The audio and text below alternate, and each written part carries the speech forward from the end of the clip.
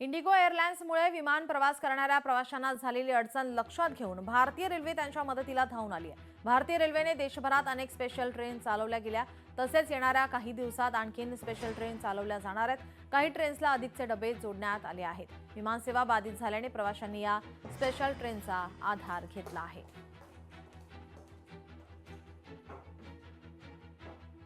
मध्य रेल्वेवरून नेहमीच आपण प्रवाशांच्या सोयीसाठी ट्रेन ऑन डिमांड या प्रकारामध्ये नवीन गाड्या सोडत असतो।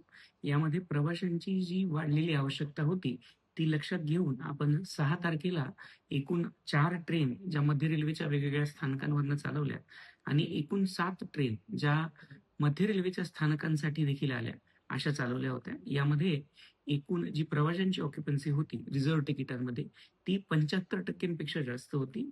यामधली काही जी ट्रेने होती ती त्या दिवशी सकाळी जाहीर करण्यात आली आणि ती ट्रेन 12:30 वाजताच्या दरम्यान निघाली होती। लोकमान्य टिळक टर्मिनस पासून लखनौ ही जर ट्रेन सोडली तर बाकी सर्व गाड्यांची जी ऑक्युपन्सी आहे ती जवळजवळ 100% होती।